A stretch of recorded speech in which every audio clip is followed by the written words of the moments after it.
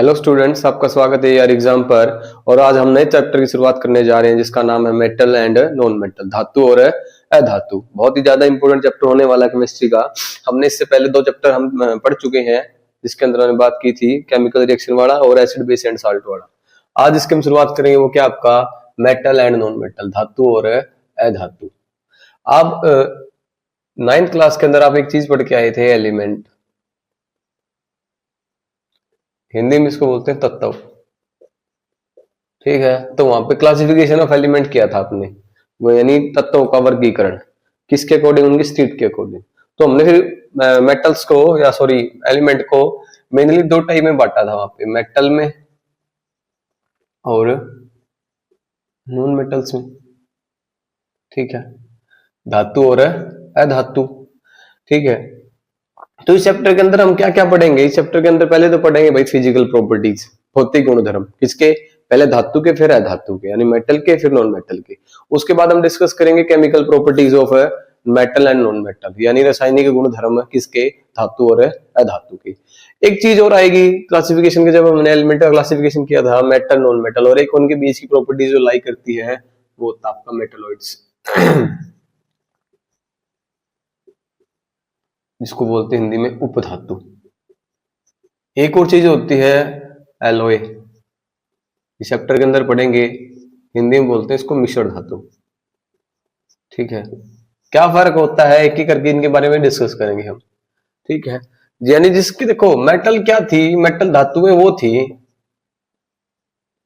भाई जिसकी प्रॉपर्टीज देखने पर मतलब लगभग लगभग सिमिलर, जिस ग्रुप की, यानी मान लो मेरे पास 5 बंदे हैं।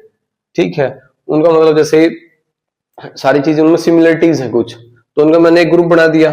ठीक है, जिसको मैं मेरे को और एलिमेंट मिले, लगातार नेचुरल मिले ना, एलिमेंट की खोज होती गई, तो जिसकी प्रॉपर्टी मतलब देखने पर केमिकली रिएक्शन करवाई, हीट करने पर इलेक्ट्रिसिटी की कंडक्टिविटी पर, और चीजें हम फिजिकल प्रॉपर्टी में पढ़ेंगे। तो उसी प्रकार अधातु का ग्रुप बना दिया, और जो कुछ प्रॉपर्टी तो इसकी भी रखते हैं और कुछ प्रॉपर्टी इसकी रखे, यानी कुछ प्रॉपर्टी मेटल की और कुछ प्रॉपर्टी नॉन मेटल की, कुछ प्रॉपर्टी यानी गुणधर्म धातुओं के और कुछ गुणधर्म अधातुओं के, उसको बोल दिया मेटलॉइड्स, जो भी इसकी प्रॉपर्टीज में लाई करेगा। ठीक है, लेकिन एलॉय ऐसा नहीं होता। मिश्र धातु, मिश्र धातु क्या होती है, ये मिक्सचर होता है। देखो नाम में आना लग रहा है मिक्सचर, ये मिक्सचर होता है। ठीक है, किस किस का, मेटल के साथ नॉन मेटल का हो सकता है और मेटल मेटल का हो सकता है। ठीक है, तो ये चीजें थी। जैसे अब हम स्टार्ट करेंगे ना अपना टॉपिक, तो एक्टिविटीज के बिहाफ पे ही चीजें चलेंगी, वही चीजें हैं। ठीक है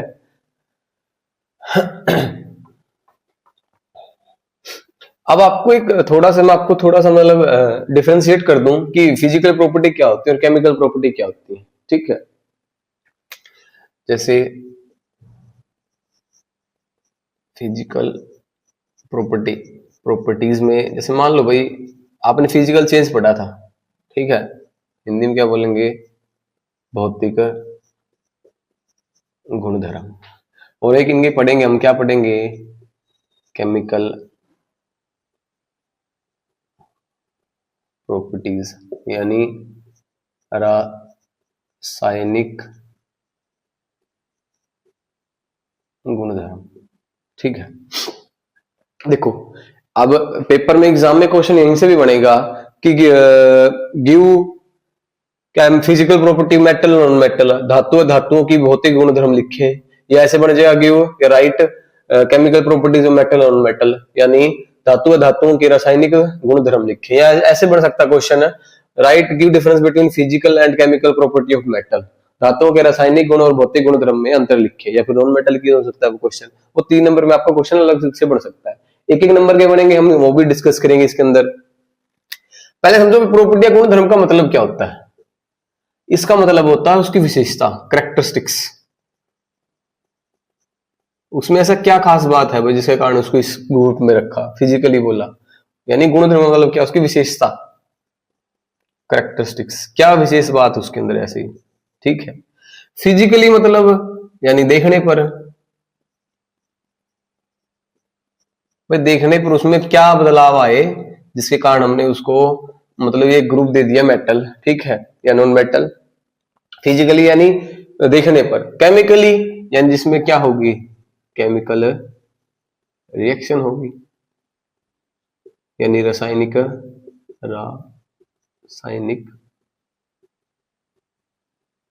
अभिक्रिया होगी। यानी आपने चैप्टर दो पार्ट में डिवाइड कर दिया। एक तो मेटल्स की फिजिकल प्रॉपर्टीज पर, भाई फिजिकली क्या क्या देखने पर उसमें क्या क्या बदलाव आए, लेंथ में, मोटाई में, या फिर कह सकते हैं हीट में, हीट के साथ कैसा बिहेव करेगी, इलेक्ट्रिसिटी के साथ कैसा बिहेव करेगी मेटल या नॉन मेटल्स, यानी देखने पर।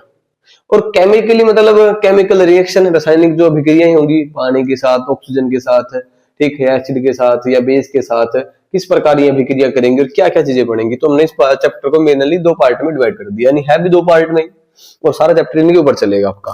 तो हम बात करते हैं, स्टार्टिंग करते हैं चैप्टर की फिजिकल प्रॉपर्टीज से, ठीक है, भौतिक गुणधर्म से।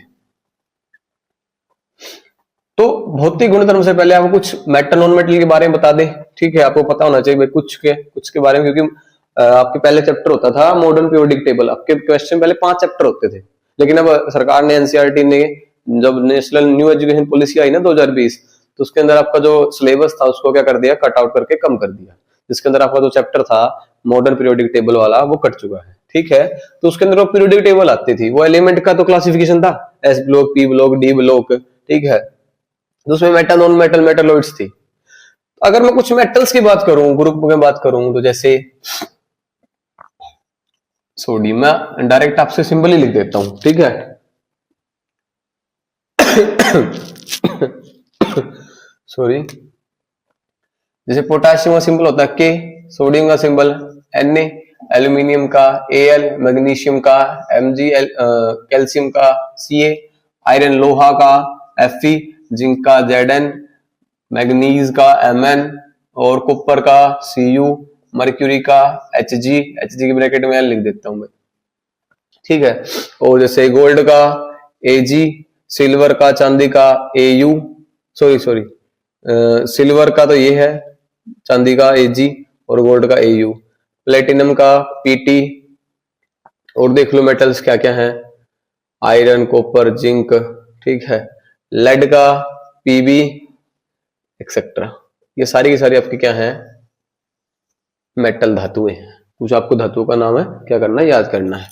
एक ब्रैकेट में धातु के मैंने क्या लिखा है, L, और सारे ठोस अवस्था में होती है मेटल्स जिन धातु में है, लेकिन ये किस अवस्था में पाई जाती है, तरल अवस्था में, लिक्विड फॉर्म में पाई जाती है, भाई रूम टेम्परेचर पर, ध्यान रखना।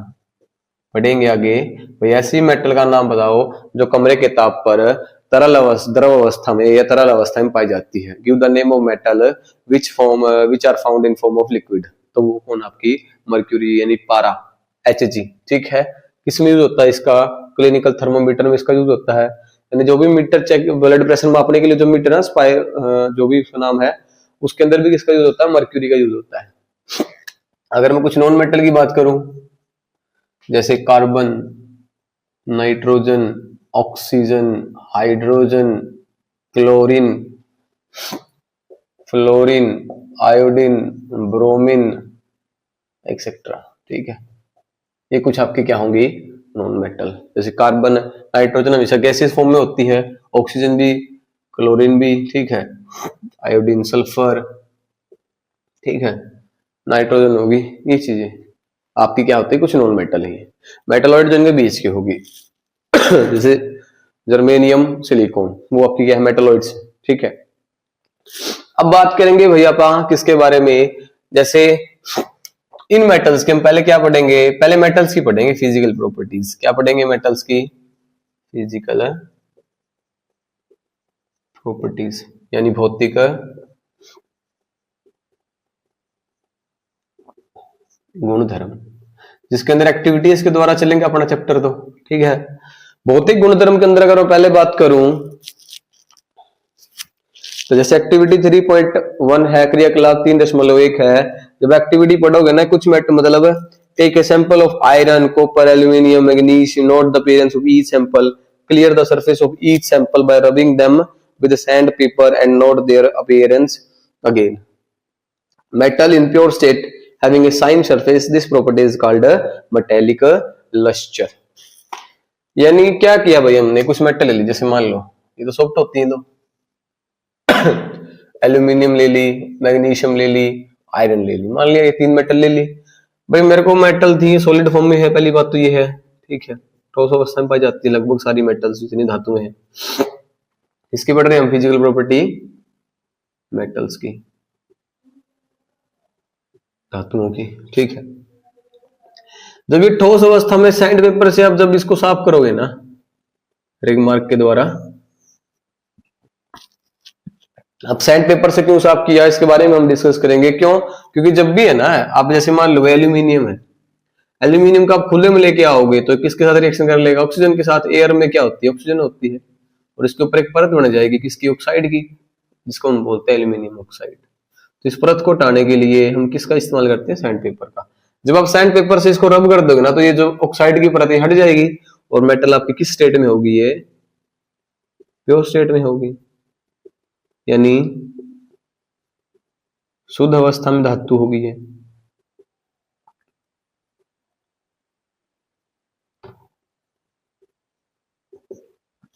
और जब शुद्ध अवस्था में धातु को देखा गया तो इसकी जो सरफेस थी वो सरफेस कैसी थी? शाइनिंग सरफेस थी, चमकदार सतह थी, चमकदार सतह। तो हमारा क्वेश्चन ये बना कि जो धातुएं होती हैं जब सॉलिड फॉर्म में होती हैं और जब बिल्कुल साफ कर दी जाए सैंड पेपर के साथ, तो उनकी जो सरफेस होती है वो शाइनी होती है, चमकदार सतह होती है, जिसके कारण पहला जो फिजिकल प्रॉपर्टी के अंदर पहला पॉइंट बना वो आपका क्या बना? मेटेलिक लस्टर, ठीक है, धात्विक चमक। यानी अगर पेपर में आपसे क्वेश्चन पूछे what did you mean by metallic lustre, धात्विक चमक से आप क्या समझते हैं? धात्विक, it is defined as that when a metal in solid form the surface of metal are shining, यानी वो धातु है जिसकी सतह क्या करती है? चमकदार होती धातुओं की, उसी को क्या बोलते हैं? धात्विक चमक, मेटेलिक लस्टर बोलते हैं। यानी अपना किससे रिजल्ट आया था? एक्टिविटी 3.1 से। अब हम अगर नेक्स्ट एक्टिविटी की बात करेंगे, जो एक्टिविटी 3.2 है, तो अब जब इसके अंदर पढ़ोगे ना, take a small piece of iron, copper, aluminium and magnesium, try to cut these metal with a sharp knife and note your observation. Hold a piece of sodium metal with a pair of tong, always handle sodium metal with care, dry it by pressing between the folds of a filter paper, put it on watch glass and try to cut it with a knife. What do you observe? You will find the metals are generally hard. The hardness varies from metal to metal. आगे activity 3.3 है, इसमें साथ में होगी, देखो। Take a piece of iron, zinc, lead, copper, place any one metal on a block of iron and strike it for 5 times. Repeat with a hammer. What do you observe? Repeat with other metals. Record the change in shape of these metals. You will find some metals can be beaten into thin sheet. This property is called malleability. Did you know that gold and silver are most malleable metals? देखो भाई,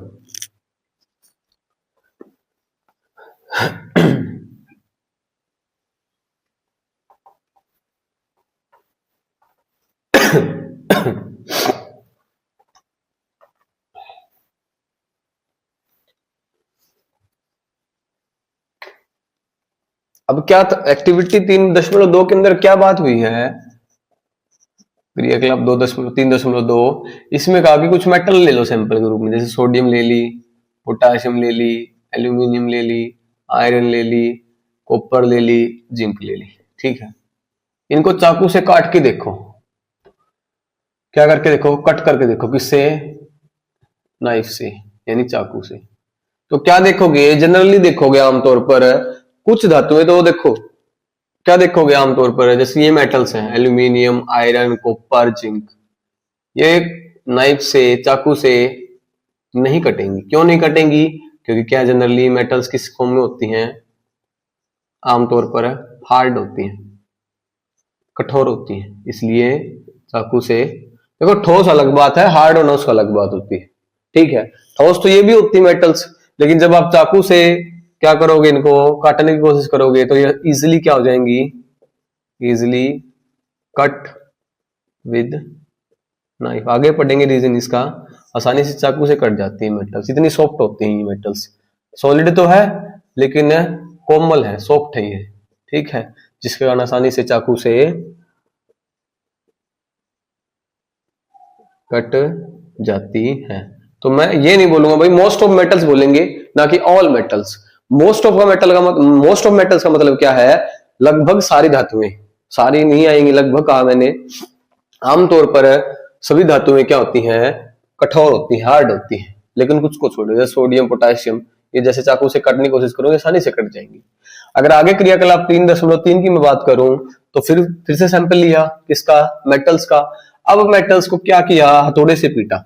जैसे मान लो भाई लोहा है, देखते ना आमतौर पर हम गाड़ियां बनती हैं, कोई चीजें बनती हैं, लोहे का और एल्यूमिनियम का आजकल आमतौर पर ज्यादा इस्तेमाल होने लग गया, ठीक है। और आभूषण में किसका इस्तेमाल होता है, सिल्वर और चांदी का। क्यों होता है, उसका भी रीजन है, आपको सबको पता होगा भाई, गोल्ड है या सिल्वर है या गोल्ड है, इनके दाम भी क्या होते हैं, महंगी होती है इन धातुएं। किसके मुकाबले, जैसे लोहा ही है, आयरन, लोहे से धातुएं क्या होती है, महंगी होती है। क्यों होती है, देखो रीजन, एक तो एक कम रिएक्टिव होती है, एयर ऑक्सीजन वाटर के साथ रिएक्शन करती नहीं, ना के बराबर करती है, ठीक है। ये और इनकी मतलब प्रॉपर्टीज, और अगर फिजिकल केमिकल प्रॉपर्टी में हम अगर आगे डिस्कस करेंगे ना, तो ये बहुत मतलब कम ही रिएक्टिव, लिस्ट रिएक्टिव मेटल्स ही है। रिएक्टिविटी सीरीज जब तुम पढ़ेंगे तो यही कारण है, क्या होती है, महंगी होती है। जैसे अब ये मेटल्स हैं, अगर मैं हैमर से इन पे हथौड़े से वार करूं तो क्या होगा, जब मैं हथौड़े से इनको बार बार क्या करूंगा, बिटन करूंगा, पीटूंगा, तो किस में कन्वर्ट हो जाएंगी ये, थिन शीट, यानी पतली चादर में बदल जाती हैं धातुएं। जब भी आप धातुओं को हथौड़े से पीटोगे तो किसमें बदल जाती हैं, थिन शीट में। और यही प्रॉपर्टी, फिजिकल प्रॉपर्टी आ गई है फिर दोबारा से एक और, इसी को बोलते हैं मेलेबिलिटी। क्या बोलेंगे, मेलेबिलिटी, आघात वर्ध्यता। आघात वर्ध्यता, आघात मतलब नुकसान पहुंचाना, ठीक है।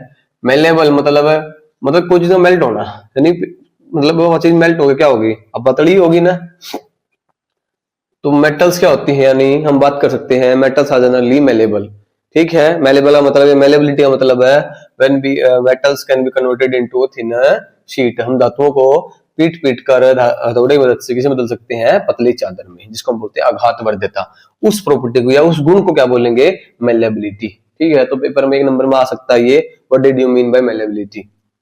और सबसे ज्यादा मोस्ट मेलेबल मेटल पूछे आपसे, मोस्ट मेलेबल मेटल्स, सबसे ज्यादा आघात वर्धित धातुएं कौन सी हैं, तो वो दो है आपकी, सिल्वर और गोल्ड, इसलिए महंगी भी है, ठीक है। और आगे पढ़ेंगे हम जब सॉरी डक्टिलिटी या डक्टाइल की बात करेंगे ना आगे, तन्यता, तो उसमें क्या देखोगे, 1 ग्राम सोने से 2 किलोमीटर लंबी तार बना सकते हैं, ठीक है। तो ये मोस्ट मेलेबल भी है और डक्टाइल भी है मेटल्स। डक्टाइल का मतलब क्या होता है, लोहे के मतलब मेटल्स के क्या बनाना, थिन वायर बनाना, पतले तार बनाना, डक्टाइलिटी कहलाती है। आगे पढ़ेंगे। तो ये एक्टिविटी आपकी 3.3 थी, ठीक है। आगे देखो, आगे पढ़ते हैं अब एक्टिविटी 3.4, क्रियाकलाप 3.4।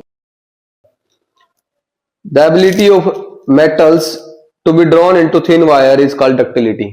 यागी ये बात, जैसे gold is a most ductile metal, you will surprised to know that a wire of about 2 kilometer length can be drawn from 1 gram of gold. It is because malleability and ductility that metal can be give different shape according to our need. Can you name some metals that are used for making cooking vessels? Do you know why these metals are used for making vessels? Let do some activity to know about our answers। ये अलग बात है।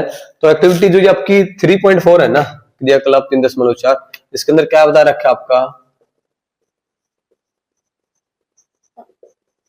Ductility, तन्यता के बारे में बता रखे भाई। और तन्यता का मतलब क्या है, थिन वायर बनाना, ठीक है।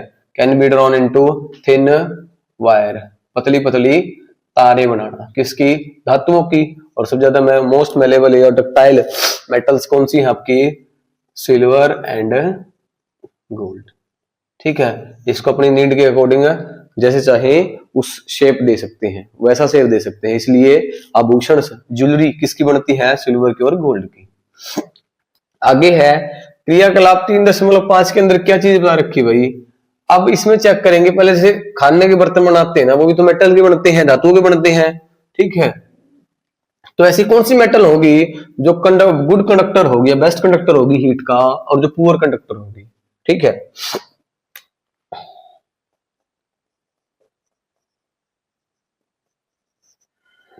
एक्टिविटी 3.5 देखो, ये जैसे कॉपर की वायर ले रखी है, ठीक है, आप इसके बारे में पढ़ भी लोगे। The above activities show that metals are good conductor of heat and high melting point। ये इंपॉर्टेंट चीज है भाई। इसमें बेस्ट कंडक्टर कौन आपकी सिल्वर और कॉपर है, और जो पुअर कंडक्टर वो कौन है, लेड और मरकरी। समझो साइड में देखो ये डायग्राम दे रखा है, इसका क्या कर रखा है भाई, स्टैंड है, उससे क्या आपने एक रोड लटका दी, ऐसे रोड बांध दी, ठीक है। ये मेटल की रोड होगी, जैसे मान लिया कॉपर की रोड है, और क्या हुआ, आपने यहां से इस पार्ट को किससे हीट किया, मोमबत्ती के द्वारा, और यहाँ पे वैक्स लगा के क्या लगा दी, एक नेल, आयरन नेल लगा दी, या कुछ भी लोहे की कील लगा दी वैक्स के द्वारा। अब क्या होगा, अब जैसे देखो आप आना के क्या मतलब, आप क्या करने लग रहे हैं यहाँ, इस पार्ट को क्या करने लग रहे हैं यहाँ, हीट करने लग रहे हैं, ठीक है। इस भाग को क्या करने लग रहे हैं, उष्मा देने लग रहे हैं, हीट देने लग रहे हैं। तो हीट क्या होगी, यहां से देखो ये मेटल गर्म होना शुरू होगी, और गर्म होते होते ही हीट का ट्रांसफर होना स्टार्ट हो जाएगा, और ट्रांसफर होगी हीट कहां चली जाएगी, इस भाग पर चली जाएगी, इस पार्ट पर चली जाएगी, जिसके कारण मोम जो होगा वो मेल्ट होगा, और मेल्ट होगा तो आयरन नेल आपकी नीचे गिर जाएगी। ये एक्टिविटी थी। अब जैसे आप चाय बनाते हो तो बर्तन में देखोगा पतीला, अगर वो हैंडल पे प्लास्टिक की लेप मतलब कोटिंग नहीं होती है, तो वो जो हैंडल होता है वो गर्म हो जाता है, ठीक है। कारण मेटल्स क्या होते हैं, good conductor of heat. Metals, mostly metals are good conductor of heat and high melting point. सुचालक होती है, अच्छी सुचालक होती है उष्मा की, और गलनांक बिंदु ज्यादा होता है, ठीक है। अब इसमें क्या बात आई भाई, एक क्वेश्चन बनता है, आप 7वीं क्लास के अंदर पढ़ के आए थे 3 डेफिनेशन। एक तो हमने पढ़ी थी कंडक्शन, एक होता है कन्विक्शन, एक होता है रेडिएशन।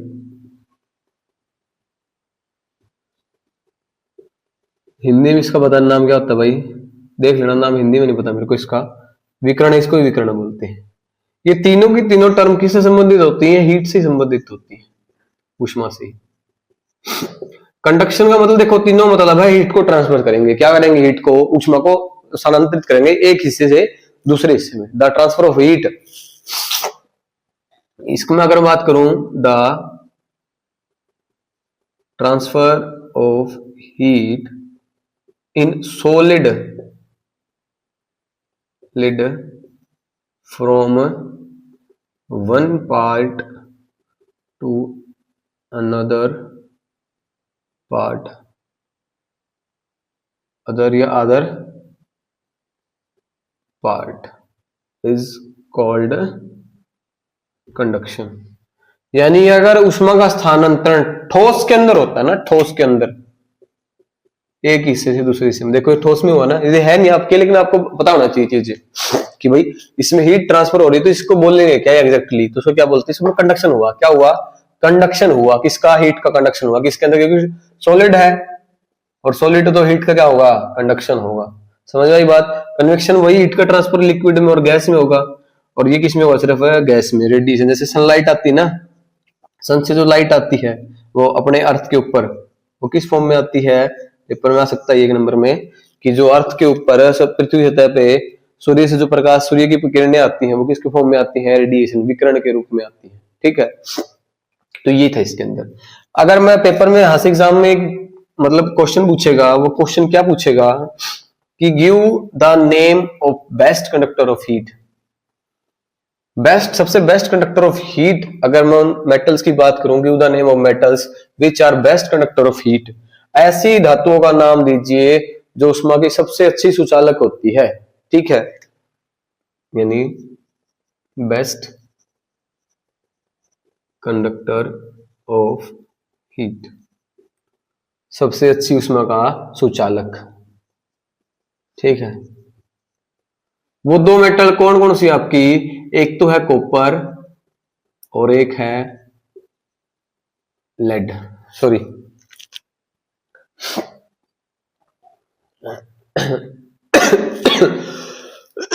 सॉरी भाई, कॉपर और सिल्वर, कॉपर और चांदी, सिंबल CuAg। एक क्वेश्चन तो ये बनेगा, तो आंसर लिख दोगे आप। दूसरा क्वेश्चन बनेगा पुअर कंडक्टर कौन सी, फिर देखो एक होता है इंसुलेटर, एक होता है कंडक्टर, और एक मैं बोल दूं पुअर कंडक्टर ऑफ हीट।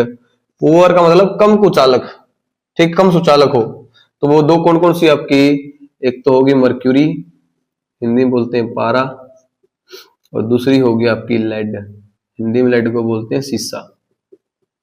अगर मैं सिंबल की बात करूं, मर्क्यूरी का सिंबल होता है Hg, ब्रैकेट में लिख दूं L, और लेड या सीसा का सिंबल होता है Pb।